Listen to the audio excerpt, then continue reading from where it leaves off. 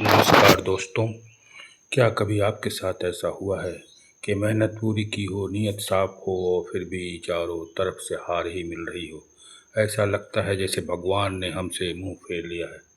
आज की ये कहानी एक ऐसे इंसान की है जिसकी किस्मत ने उसे ऐसी जगह लाकर खड़ा कर दिया जहां मौत सामने थी और उम्मीद खत्म हो चुकी थी। अगले 10 मिनट दोस्तों मेरे साथ इस सफ़र पर चलिए, क्योंकि आज आपको हनुमान चालीसा की उस शक्ति का एहसास होगा जो पत्थर में भी जान फूंक सकती है। यह कहानी रामदास की है, एक साधारण सा व्यक्ति जो अपनी छोटी सी दुकान और बीमार पत्नी के साथ जीवन काट रहा था। एक समय ऐसा आया जब उसका व्यापार ठप हो गया, कर्ज बढ़ने लगे, गांव के लोग ताने देने लगे। रामदास टूट चुका था। वह एक पुराने मंदिर की सीढ़ियों पर बैठकर रो रहा था। तभी एक महात्मा वहां से गुजरे। रामदास की हालत देखकर उन्होंने बस इतना कहा, बेटा, जब रावण ने माता सीता का हरण किया था तब भी राम अकेले थे, लेकिन उनके पास हनुमान थे। तुम अकेले क्यों हो? तुम हनुमान को क्यों नहीं पुकारते? महात्मा ने उसे रामायण की एक चौपाई याद दिला दी।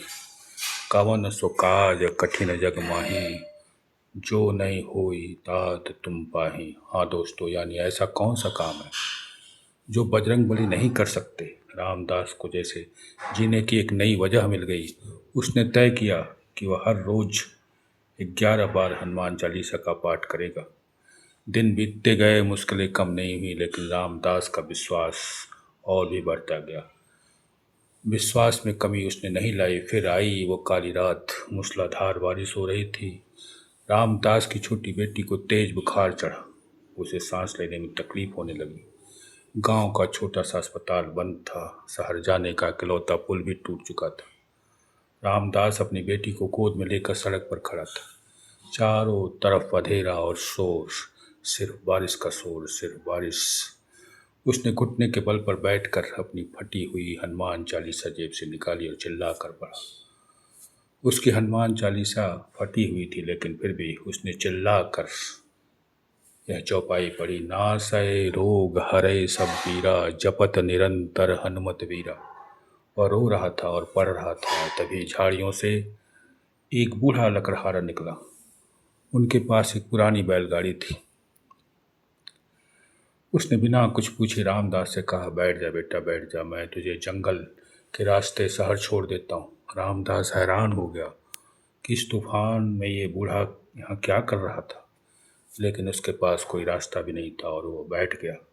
वो रास्ता इतना दुर्गम था कि वहाँ से निकलना मुमकिन था, नामुमकिन, नामुमकिन। लेकिन बैलगाड़ी ऐसे चल रही थी जैसे हवा में उड़ रही हो।